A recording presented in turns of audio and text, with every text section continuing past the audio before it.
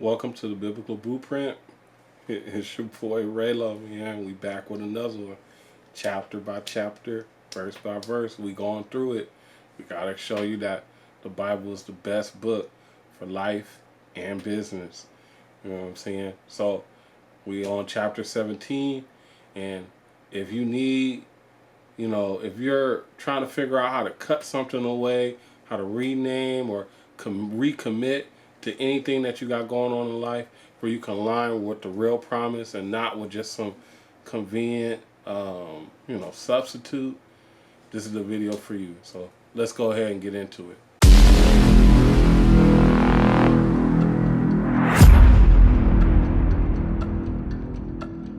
So once again, we're in Genesis chapter 17. We're talking about Abram, and this is the redefine moment where Abram becomes Abraham, and we're seeing where we're having an identity upgrade. He's going from Abram, the first action hero, to Abram, the father of many nations. God is coming to him to reconfirm his covenant with him, because he already made a covenant with him that he is going to be the father of many, and God is just coming back and just reconfirming him.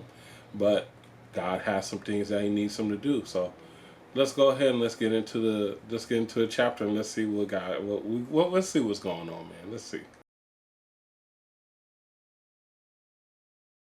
When Abram was 99 years old, the Lord appeared to him. He said, "I am God all-powerful. Obey me and live the right way. If you do this, I will prepare an agreement between us. I will promise to make your people a great nation." Then Abram bowed down before God. God said to him, "This is my part of our agreement. I will make you the father of many nations. I will change your name from Abram to Abraham, because I am making you the father of many nations. I will give you many descendants. New nations and kings will come from you. And I will prepare an agreement between me and you. This agreement will also be for all your descendants. It will continue forever. I will be your God and the God of all your descendants. And I will give this land to you and to all your descendants. I will give you the land you are traveling through, the land of Canaan.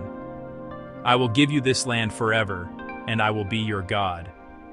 Then God said to Abraham, "Now this is your part of the agreement. You and all your descendants will obey my agreement. This is my agreement that all of you must obey. This is the agreement between me and you and all your descendants. Every male must be circumcised. You will cut the skin to show that you follow the agreement between me and you. When the baby boy is 8 days old, you will circumcise him. Every boy born among your people and every boy who is a slave of your people must be circumcised. So every baby boy in your nation will be circumcised. Every boy who is born from your family or bought as a slave will be circumcised. Abraham, this is the agreement between you and me. Any male who is not circumcised will be cut off from his people because he has broken my agreement." God said to Abraham, "I will give Sarai, your wife, a new name. Her new name will be Sarah. I will bless her. I will give her a son, and you will be the father. She will be the mother of many new nations. Kings of nations will come from her." Abraham bowed his face to the ground to show he respected God. But he laughed and said to himself, "I am 100 years old. I cannot have a son, and Sarah is 90 years old. She cannot have a child." Then Abraham said to God, "I hope Ishmael will live and serve you." God said, "No, I said that your wife Sarah will have a son. You will name him Isaac. I will make my agreement with him that will continue forever with all his descendants. You mentioned Ishmael, and I heard you. I will bless him, and he will have many children. He will be the father of 12 great leaders. His family will become a great nation. But I will make my agreement with Isaac, the son who Sarah will have. He will be born at the same time next year." All right, that was a very interesting chapter. Of course, like I said earlier, we're seeing the identity upgrade. We upgrading our identity. Abram is gone to become Abraham, and Sarai has become Sarah. You know, he's upgrading them in identity because they're about to be the mother and father of many nations. You know, one of the things God comes back and reconfirms that, hey, you will have a kid. And he's like, well, I do have a kid. You know, of course, you know, we had our situation in the other chapter where Isaac had Ishmael with Sarai's actual servant, Hagar. Um, and you know, it wasn't right. It was something that they were rushed into. It wasn't actually what God wanted them. And one of the key things that we're learning here is just like everything that's good isn't of God. You know what I'm saying? God had a particular covenant with him. You're going to have a kid with your wife. You're not about to have just kid with just somebody else who you feel like is just going to get everything. You know? And we're seeing that the promise, like God always fulfills his covenants, fulfills his promises. You know, there's a lot of things that we kind of experience in this chapter. Of course, we're experiencing that your faith requires alignment. You know, we're realigned. We're now Abraham and Sarah, not Abram and Sarai. You know, Abraham and Sarah. That's who we know, and it's not just a belief, but you have to embody it. And one of the things I can say about Abram that's just very inspiring is that he was very, very obedient. Whatever God said, he had to go. One of the things that is interesting is because, you know, these are humans. They had doubts. And it just kind of brings it back to just real life. You know, these guys had doubt. These people, even though they're experiencing God at a different level, they had doubts. They like, what you mean about to have kids? They 90 years old. God telling them they about to have kids. You know, what is this? You know, I what the doubt, right? Why I say that it is human, right, is because, you know, I'm actually always a person that, like, I never believed in ages. Well, no, I did believe in ages at one point in time. I used to be scared to get 30. A lot of times when I was younger, it was a lot of things that scared me. And then once I got past 30 to 35, I started to really embrace my age. And then, you know, at this stage, I realized, like, I'm just starting. Like, it's almost like I'm at halftime of my life, you know? And with me being at halftime, it's time to turn it up and really, really go out there and win the game, you know? Just because I had my 20s and my 30s, and, you know, I'm creeping into my 40s right now, it doesn't mean that the game is over. It's time to go out there and win. You know, and you can't just let your age hold you back, especially if you have something that you feel like is your purpose. You feel like is a divine purpose. You know, a lot of times you get the signs. You know, God is going to come to you in several ways where you're going to see the sign. You know, one of the things where I saw the sign was, man, you know, I've seen several signs of seeing that this is what I needed to do. You know, I've had signs of flashes of, you know, doing podcasting. And of course it was good, but it wasn't of God. You know what I'm saying? And it's led me to this point where it's just like now I'm pushing out videos each and every day. I'm touching more people. And eventually, you know, I'll be able to help more people with the messages that I create. And just with that all being said, it's just like it just really coincides with what you're seeing with Abram. You know, one of the things that I'm seeing is that, you know, names do matter. You know, I can't tell you all of the reasoning behind him changing his name to Sarai to Sarah, Abram to Abraham. I can't tell you that. It actually doesn't tell us why. It just says that it happened. But name changes do matter. You know, one of the things that I recently went through, you know, Reylo is a nickname that I've always had. And I'm a person where I'm just gonna keep it 100 with you. I've always loved my original name of Raymond. Going from Raymond to Reylo was very, very interesting because it was just like a funny way. But I think one of the things that I made like a divine shift is just shifting my name to Saint Reylo and creating this brand. Um, because I at one point in time I did just want to go by my original name. I did have I did feel some type of way about going by the name Reylo because I have a past, and a lot of people know me from that past, and I think adding the saint to it just kind of washes everything away. You already kind of instantly know what I'm about at this point in time, especially on this channel. You know, one of the things that really inspired me today was that I saw like a message that your God, your future plans with God will overshadow your past, and I feel like it will. Even today I went, because I had past videos on this channel. I went ahead and just made all of them public, just for everybody to see the journey. You know what I'm saying? I'm not holding anything back. I want you to see where I started with this channel and where I'm going with this channel. And I hope you continue to grow with me and get inspired from me, because at the end of the day, I want other people to do what I'm doing.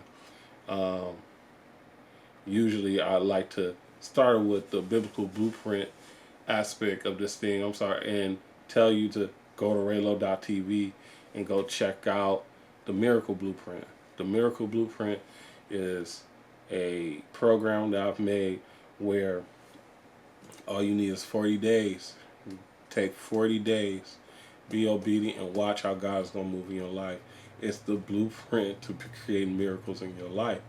You know, go to Reylo.tv, check out the Miracle Blueprint, and I want you to see how this things work, because at the end of the day, I took it and it led me to doing this.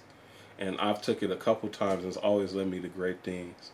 You know what I'm saying? Like I said, or what we said earlier, everything ain't good ain't of God. And once it's of God, it's going to be great. Another tie-in, like I just said, man, I am doing this for a purpose. My entire purpose, especially like with me realigning my name and everything, is not only do I want to help people out in life by providing you programs like the Miracle Blueprint, but I want to help you out with your business. I want to help more believers go into business and go into business the right way and go into business the profitable way. And I have started my executive community. Once again, go to Reylo.tv. And, if you like the Miracle Blueprint, which is free, what I'm saying, check out my executive community where we're going to build more believers in business.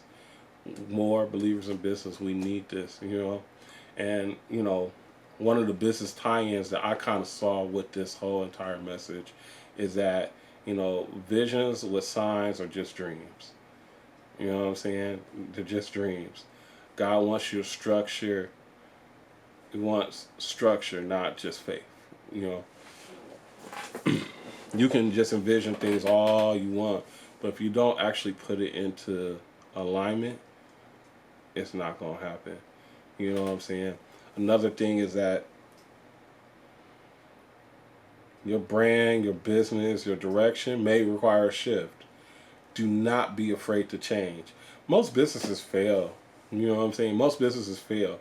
One of the reasons why I'm doing my executive community, because there's a way where you can start and just restart as many times as you want what a lower cost. If you try to start a restaurant and you fail at that, it's going to be hard to bounce back. Trust me, I know. I'm going through it. If you start a tech company, it's going to be hard to lose and bounce back. If you start, you know what I'm saying? And it's always very, very hard to change. You have to shake, your old skin and start over again. But once you're aligned in purpose, be open to that shift and be open to it actually changing your life and actually changing everything that you have. One of the things that I'm not going to omit one of the key things I saw in this whole entire chapter was the whole circumcision thing. You know, at the end of the day, we talking about real circumcision. That's what was going on back in them days. We know what circumcision is. You know, a lot of times it gets, you know, portrayed as something not so literal. Sometimes people circumcise their heart. And of course, they're not just cutting out their heart, but they're cutting the things away that they used to love that doesn't serve them anymore. You know, that is one of the keys to really living in alignment. You have to cut off some of the fat. You got to cut off some of the things that you used to love and start really focus on the things that are aligned with your purpose. I had to cut off a lot of things to start doing this. And one thing that I realized is that the more that I cut off, the more that I'm able to focus, and the more I'm able to get closer to where I'm trying to be and closer to my goals and my dreams. You know what I'm saying? Don't be scared to cut off certain things. You know, most of us are circumcised. I know some women can't say circumcised, but it's not literal all the times. You're going to have to cut off certain things to live in alignment. So don't be scared to cut them things off when it comes to your life or in business. You know what I'm saying? In business we call it streamlining. You're streamlining. You know, I want to just send out a prayer to all these people who are getting laid off in Amazon. That's what's happening right now in the news. You know, we talked about separating to elevate. You know what I'm saying?